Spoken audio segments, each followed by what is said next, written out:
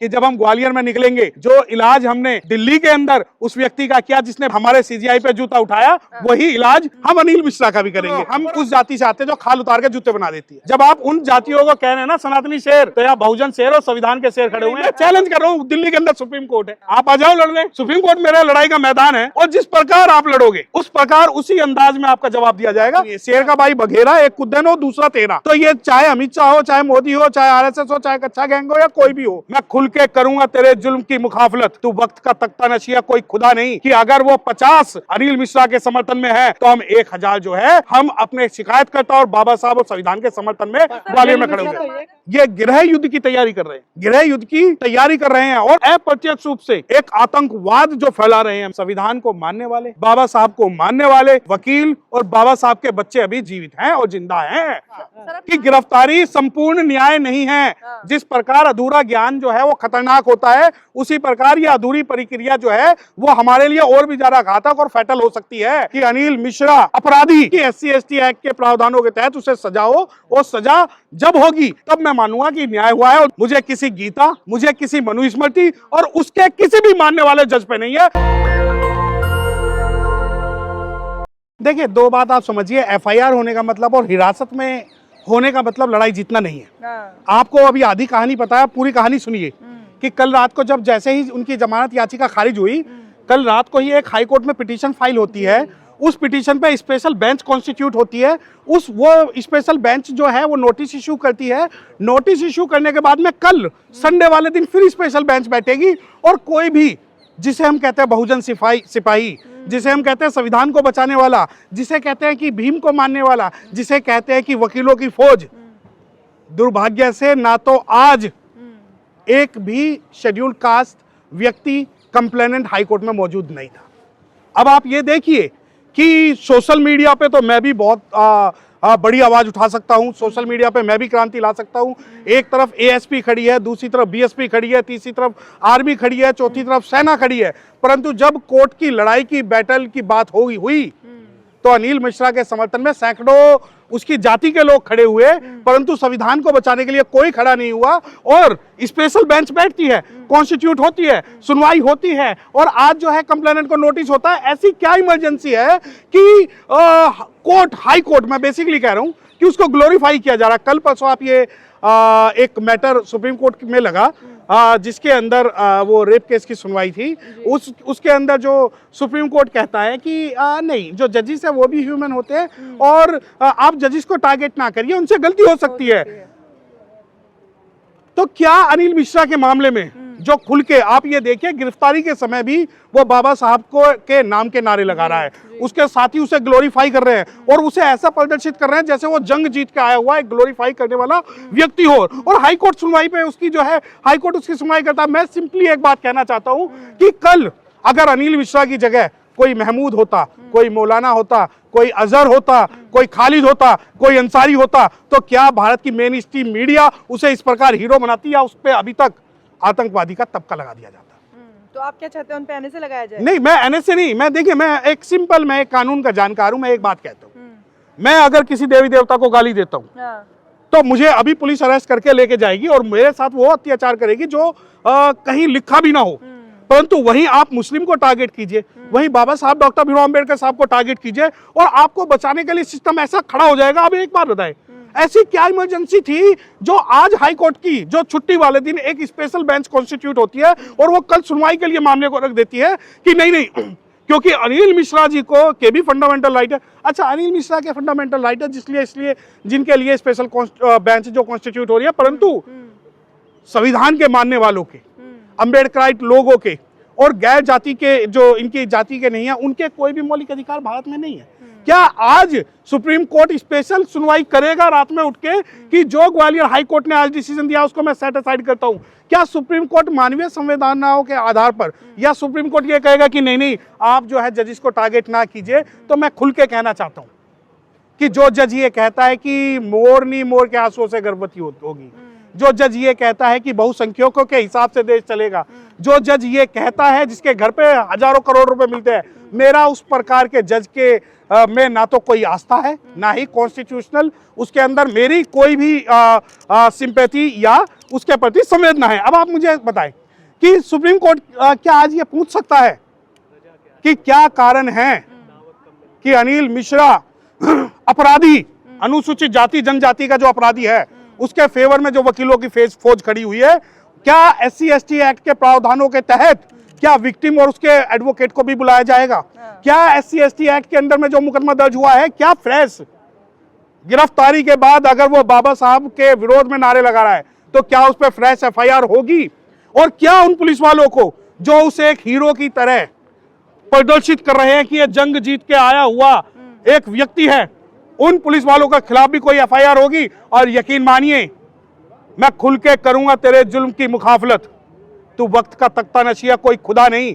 High court जो आज bench लगाई है, जो कल हाई कोर्ट ने बेंच लगाई है, मैं पूरे भारत के वकीलों से आह्वान करता हूं कि अगर वो 50 अनिल मिश्रा के समर्थन में है तो हम 1000 जो है हम अपने शिकायतकर्ता और बाबा साहब और संविधान के समर्थन में ग्वालियर में खड़े तो होंगे। ये कह रहे हैं मेरा अत्याचार हो रहा, मेरे साथ कोई नहीं आ रहा, सनातनियों के साथ कोई नहीं आ रहा। देखिए अत्याचार की जो अब अनिल मिश्रा बात कर रहे हैं तो उनके साथ व्यक्तिगत अंदर कुछ भी हुआ हो उसका मैं कह नहीं सकता, परंतु जो मीडिया या जो पुलिस वाले उन्हें एज ए हीरो की तरह ले जा रहे हैं घेर के और उनसे अंबेडकर मुर्दाबाद के नारे लगवा रहे हैं, उनके खिलाफ भी SC/ST एक्ट का मुकदमा दर्ज होना चाहिए। उनके समर्थन में आपने देखा कि जैसे उनकी जमानत रद्द होती है, उन कोर्ट परिसर में जय श्री राम के नारे लगाए जाते हैं, बाबा साहेब के विरोध में नारे लगाए जाते हैं, उस वक्त बहुजन समाज का एक भी व्यक्ति वहां मैं वही तो कह रहा हूँ कि तो आपकी नाराजगी अपने समाज से? नहीं, मेरी अपनी समाज से नहीं है। मैं SC/ST एक्ट का एक सिंपल प्रावधान बता दूं। पहली बात तो SC/ST एक्ट में जो भी प्रक्रिया होगी वो वीडियो रिकॉर्डेड होगी, पहली चीज। अच्छा। दूसरी चीज, SC/ST एक्ट का जो धारा 15A है उसके अंदर किसी भी बेल, किसी भी अपील, किसी भी कागज पे सुनवाई करने से पहले आपको शिकायतकर्ता और उसके एडवोकेट को सुनना पड़ेगा। यह मैंडेटरी प्रोविजन है, सेक्शन 15 है SC/ST एक्ट का। परंतु अब जब नोटिस इशू हुआ है और कल बुलाया गया है, आप ये मानिए कि कोर्ट प्रमाइसिस में एक विशेष विचारधारा के नारे लगते हैं जी। आज मैं खुल के इस बारे में कह रहा हूं कि मैं जय भीम का नारा कोर्ट में इसलिए लगा सकता हूं क्योंकि बाबा साहब डॉक्टर भीमराव अंबेडकर साहब ने भारत का संविधान बनाया। मैं कोर्ट के अंदर कुछ भी बात कर सकता हूं, परंतु जब जो एडवोकेट ग्वालियर के अंदर ये गृह युद्ध की तैयारी कर रहे हैं, गृह युद्ध की तैयारी कर रहे हैं और अप्रत्यक्ष रूप से एक आतंकवाद जो फैला रहे हैं, मैं आपको खुल के बता दूं, संविधान को मानने वाले, बाबा साहब को मानने वाले वकील और बाबा साहब के बच्चे अभी जीवित हैं और जिंदा हैं। सर आप नारे तो लगा सकते हैं लेकिन जज की परमिशन के बाद भी वहाँ पे प्रतिमा नहीं लगा सकते आप? हाँ ना, देखिए मेरी बात सुनिए, मैंने आपसे पहले भी आपके माध्यम से कहा मामला वहीं से शुरू हुआ था, अभी भी नहीं, वो प्रतिमा, देखिए मेरी बात सुनिए।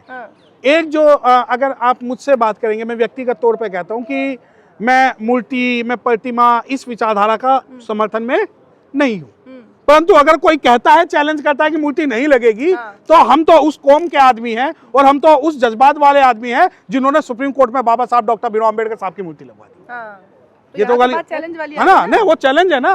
अब मैं आपको चैलेंज कर रहा हूँ, एक सिस्टम प्रोटेक्ट कर रहा है। आप जब उस वक्त जो मध्य प्रदेश हाईकोर्ट में जो CGI थे वो भी शेड्यूल कास्ट कम्युनिटी से थे, वहाँ की जो DM थी वो भी, और जो वहाँ के जो मुख्यमंत्री है वो भी अपने आप को अम्बेडकराइट कहते हैं।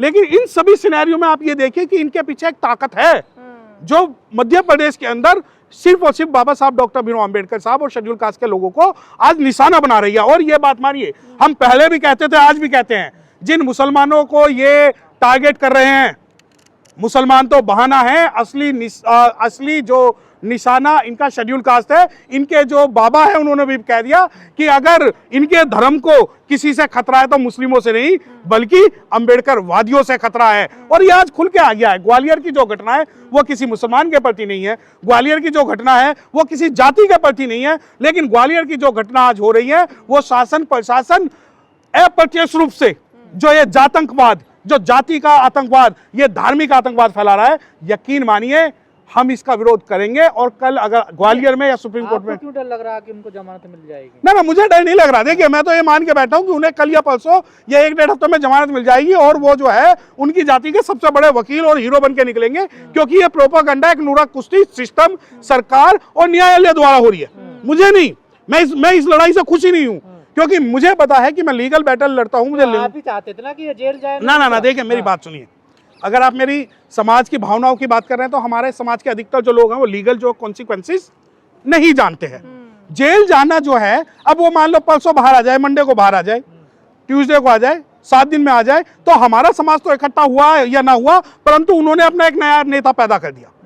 मैं तब इसमें न्याय क्या चाहते हैं? मैं ये चाहता हूं कि SC/ST एक्ट के प्रावधानों के तहत उसे सजा हो, और सजा जब होगी तब मैं मानूंगा कि न्याय हुआ है। और दूसरी बात, तो जो आपको अदालतों पे भरोसा नहीं है? आप खुद एक वकील हैं सर। देखिए मुझे अदालत पे भरोसा इस वजह से नहीं है क्योंकि अदालतों पे मुझे भरोसा है, हाँ। कुछ जजेस पे मुझे भरोसा नहीं है। जो जजेस जो कोर्ट करते हैं मनुस्मृति अपने ऑर्डर में करते हैं, कुछ जजेस जो है जब क्लासिफिकेशन ऑफ रिजर्वेशन की बात होती है उसके अंदर गीता को कोट करते हैं। तो देखिए मुझे संविधान पे भरोसा है, मुझे किसी गीता, मुझे किसी मनुस्मृति और उसके किसी भी मानने वाले जज पे नहीं है। और मैं खुल के कह रहा हूं, अगर आज जस्टिस सूर्यकांत ये कहते हैं कि मैं गीता को मानते हुए कोई भी डिसीजन दे रहा हूं तो मैं उनका विरोध करूंगा। और कुछ जजेस हैं, जैसे कि अभी आपने कहा कि गिरफ्तारी मेरा उद्देश्य थोड़ी है।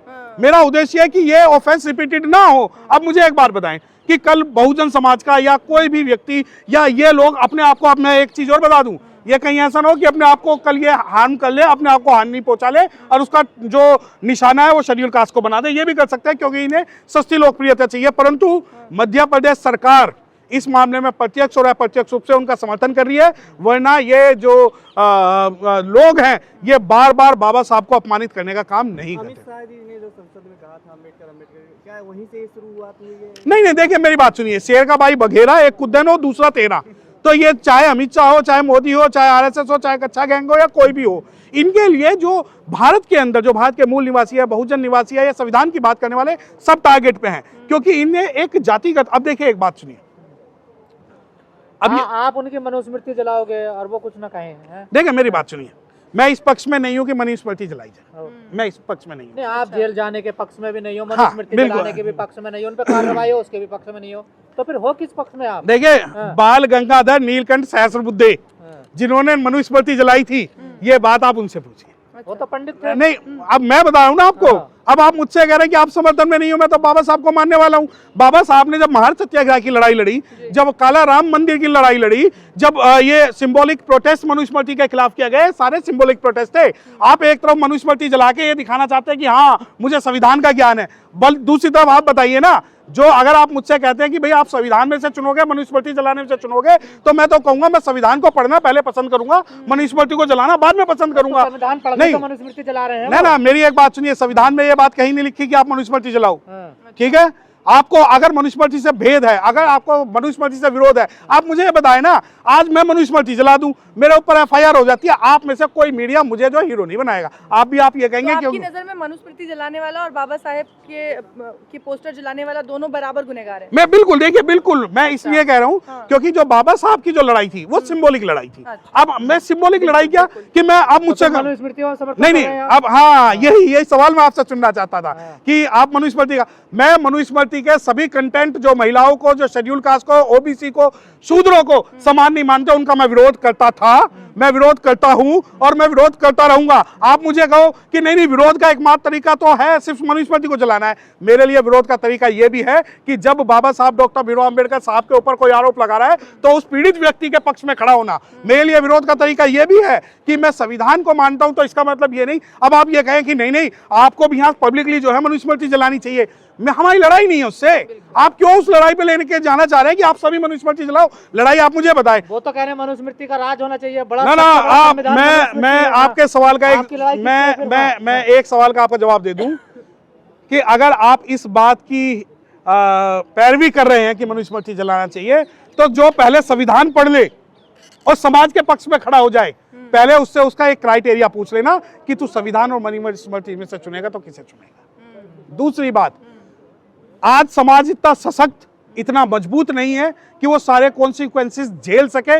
जिस दिन हम झेलने पे आएंगे, और जो ये सिंबॉलिक प्रोटेस्ट है, और मैं सिंबॉलिक प्रोटेस्ट कह रहा हूँ। बाबा साहब, जब आप कहते हैं कि नहीं बाबा साहब डॉक्टर भीमराव अम्बेडकर साहब ने तो 25 दिसंबर को भी कहा, अब बाबा साहब तो 1 जनवरी 1818 में भीमा कोरेगांव भी जाते थे।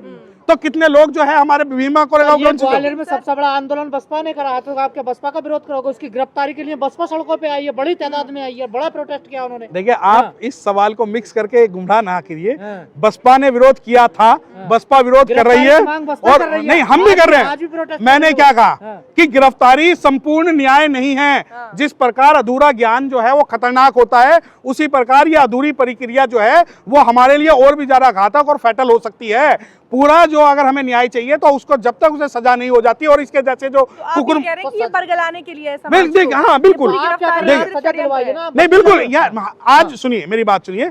सुबह जब बेंच बैठी है उसमें किसी को भी नोटिस नहीं हुआ था, शाम दोपहर को बेंच बैठने के बाद में नोटिस हुई है। और रही बात हमारी, अगर आप व्यक्तिगत तौर पे बताना चाहते हो तो यकीन मानिए कि जब हम ग्वालियर में निकलेंगे, जो इलाज हमने दिल्ली के अंदर उस व्यक्ति का किया जिसने हमारे सीजीआई पे जूता उठाया, वही इलाज इनका भी होगा। लेकिन सर वो भी तो यही कहता है, नहीं करोगे, हम मारपीट आप बात कर रहे हैं जिन्होंने चीफ जस्टिस पे जूता फेंका था, वो भी तो यही कहते हैं कि अगर संविधान और मनुस्मृति में चुनना पड़े तो मनुस्मृति को चुनूंगा पहले। देखिए, मैं इनकी बात का जवाब दे दूं कि हिंसा, जी मैंने ये कहा कि जिसने हमारे सीजीआई पे जूता उठाया उसका जो इलाज किया गया, इलाज कानूनी रूप से किया गया कि उसकी वकालत की डिग्री छीनी गई। अच्छा, आप इसको गलत लेके जा रहे हैं। आपका वो जो नहीं इलाज था उसकी बात नहीं, हमारा इलाज तो कानूनी इलाज है ना।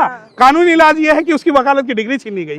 उसका इलाज ये है कि वो कोर्ट में प्रैक्टिस नहीं कर सकता, और वही इलाज हम अनिल मिश्रा का भी करेंगे। और अगर आप इसे नेगेटिव लेके जाना चाहते हैं तो ये आपके ऊपर है। दिल्ली की सड़कें खुली हुई हैं, और दिल्ली के अंदर हम एडवोकेट भी बैठे हुए हैं, और दिल्ली के अंदर बहुजन समाज के लोग भी बैठे हुए हैं। दिल्ली के अंदर जो संविधान का, चाहे वो अनिल मिश्रा हो, चाहे वो राकेश किशोर हो, ये तमाम लोग वो हैं जो मनुस्मृति को ऊपर मानते हैं संविधान से, और खुलेआम वो ये बात कहते हैं। देखिए मेरी बात सुनिए, मर्सिडीज में बैठा हुआ व्यक्ति कभी कुत्ते के भौंकने का जवाब नहीं देता। अच्छा, ये इनके जो बाप हैं, जहाँ से पावर हाउस लेते हैं माइक्रोकॉन्ड्रिया, वो भी माननीय नरेंद्र मोदी जी भी ना, वो ट्वीट करते हैं कि यूएनओ के अंदर, पेरिस के अंदर जो है बाबा साहब डॉक्टर भीमराव अम्बेडकर साहब की जो है स्टैचू लग गई। अब आप ये कहें कि नहीं वो तो मनुस्मृति नहीं मानते, ये बात आप ना अपने जो संघ प्रमुख है, अभी देखिए इनके एक संघ प्रमुख है, उन्होंने ये कहा कि भगवान परशुराम जो है बड़ी जाति से थे। अगर यही बात कोई शेड्यूल कास्ट और कोई मुस्लिम कह देता तो यकीन मानिए उसके ऊपर 1000 FIR पूरी दिल्ली के अंदर हो जाती, पूरी दिल्ली या पूरे भारत के अंदर। परंतु आज ये मुंह पे दही जमा के इसलिए बैठे हुए हैं क्योंकि मोहन भागवत के खिलाफ जाएं तो जाएं कैसे। और दूसरी बात, आप कहते हैं कि नहीं मनुस्मृति, आप क्यों तुष्टीकरण की नीति चाहते हैं? आप लड़ाई लड़ने के लिए तैयार होइए, अपने समाज को तैयार करिए, अपने वकीलों को तैयार करिए, संविधान के लिए तैयार करिए। कर तो रहे हैं, देखिए उनकी फौज तैयार हो रही है। आप कह रहे हो हीरो बन के निकलेंगे, वो हीरो है, वो सनातनी शेर है, उनको पहले से ही लोग समर्थन दे रहे हैं। तमाम महासभाएं, महासंगठन सब पहुंच चुके हैं उनके समर्थन में। देखिए डिफामेटरी स्टेटमेंट बोल रहे हैं सनातनी शेर है, क्योंकि अगर बहुजन शेर यहाँ खड़ा हुआ तो यहाँ पे सिर्फ बहुजन और संविधान के शेर खड़े होंगे। और अगर आप कहते हैं उन्हें शेर मानते हैं तो मेरा चैलेंज पहुंचा देना। नहीं, अरे सुनो मेरी बात सुनो, हम उस जाति से आते हैं जो खाल उतार के जूते बना देती है, ठीक है। जब आप उन जातियों को कह रहे हैं ना सनातनी शेर, तो यहाँ बहुजन शेर और संविधान के शेर खड़े हुए हैं, और मैं चैलेंज कर रहा हूँ। तो जाओ, लड़ाई से डर क्यों रहे? नहीं लीगल बैटल नहीं, आप वही बात, मैं पूरी बात सुनेंगे नहीं। मैं चैलेंज कर रहा हूँ, दिल्ली के अंदर सुप्रीम कोर्ट है, आप आ जाओ लड़ने। सुप्रीम कोर्ट मेरा लड़ाई का मैदान है, और जिस प्रकार आप लड़ोगे उस प्रकार उसी अंदाज में आपका जवाब दिया जाएगा। ये अंदाज, ये बयां जो होगा ना, यकीन मानिए कम नहीं होगा। चलिए, बहुत बहुत शुक्रिया सर, बहुत धन्यवाद। नेशनल दस्तक की आपसे गुजारिश है कि अगर इसको बचाना चाहते हैं तो नेशनल दस्तक को सब्सक्राइब करने के लिए रेड कलर के सब्सक्राइब बटन को दबाएं, फिर बेल आइकन की घंटी दबाएं। नेशनल दस्तक को बचाने के लिए बहुत जरूरी है कि हर खबर को शेयर करें, लाइक करें, कमेंट जरूर करें।